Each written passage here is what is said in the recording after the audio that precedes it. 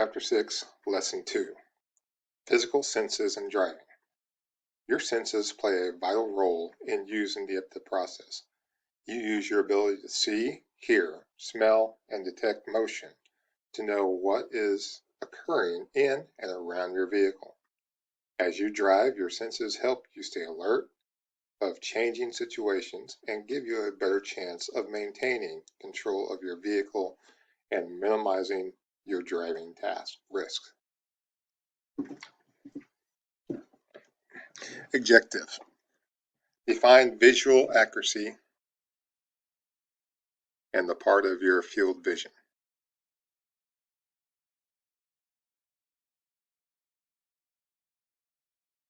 Seeing. More than 9% of the information you gather while driving is received through your eyes. You must be able to clearly and quickly identify closing zones in your intended path of travel. Your brain directs your eyes to focus on objects in and around your path of travel. Information is sent to your brain and combined with stored information. As a result, you can identify hazards, predict conflicts, decide to maintain or adjust your speed and position, execute your decision. Visual accuracy. The ability to see things clearly is your visual.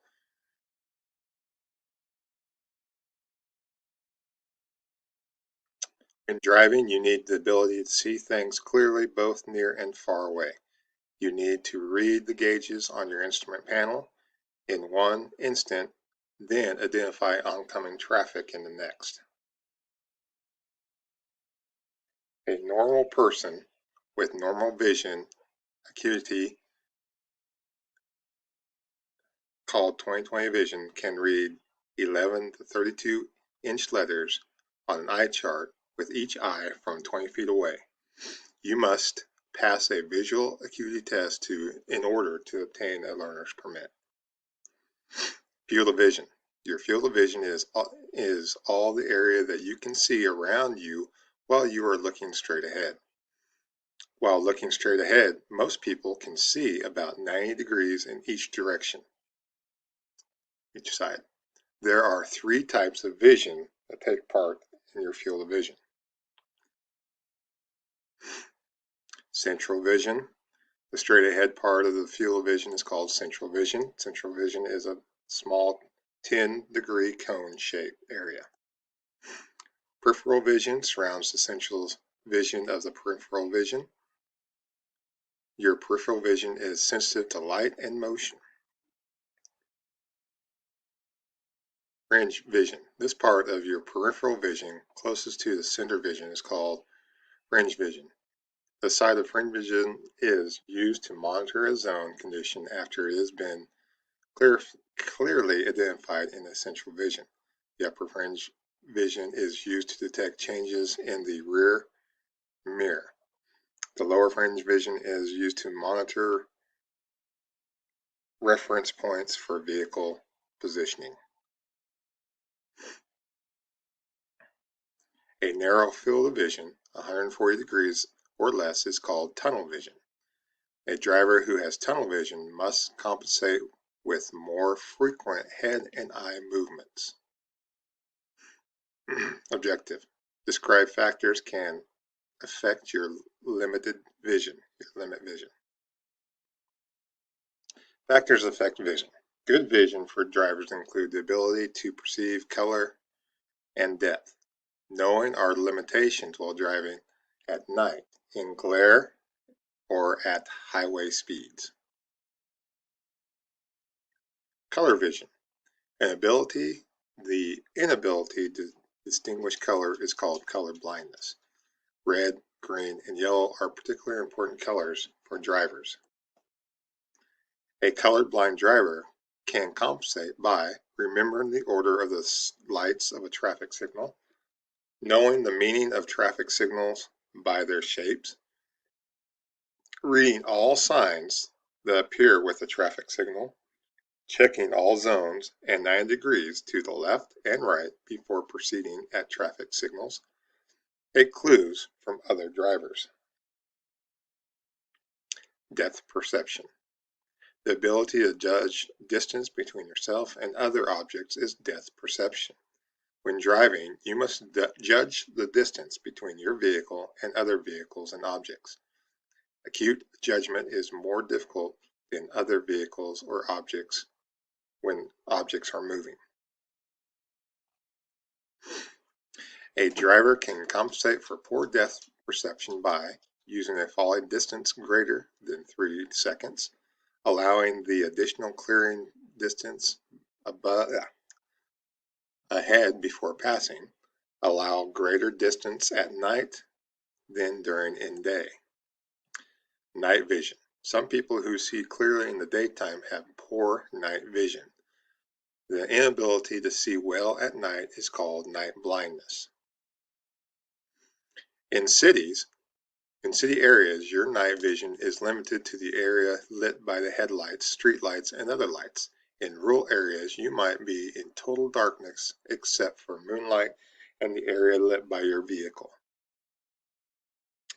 At night, you might have difficult reading signs and roadway markings. Compare these two pictures taken during the day and at night. Notice how little you can see at night. Glare. Glare occurs in the daytime when the bright sunshine or sunlight is reflected off the shiny surface.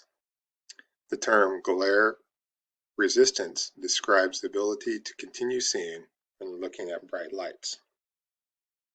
At night, glare from headlights can be as dangerous as glare from sunlight.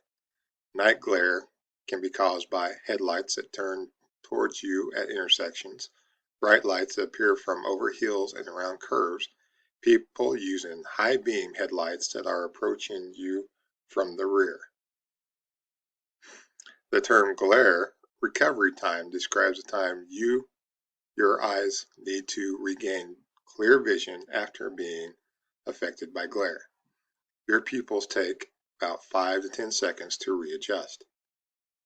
At 40 miles per hour, you would travel more than the length of a football field while partially blind. To avoid or recover from glare, do not look directly at bright lights. Glare away or squint. Use side fringe vision rather than central vision. Slow until your vision is cleared. Wear sunglasses or use your vehicle's sun visor in bright sunlight. Adjust your rear view mirror for night use. Vehicle speed and vision. At high speeds, your field of vision is narrowed. At 55 miles per hour, your clear side vision area is less than half wide as at 20 miles per hour. As speed increases, central vision decreases and blurs. Peripheral vision decreases. Objects off your side become blurred and distorted as your vehicle increases speed. This blur or speed smear has an effect much like tunnel vision. Objective. Explain how your senses help you drive. Other senses in driving. Hearing. Your sense of hearing can alert you to sounds of vehicles, horns, train whistles, emergency vehicle sirens, and engine and brakes of trucks and buses.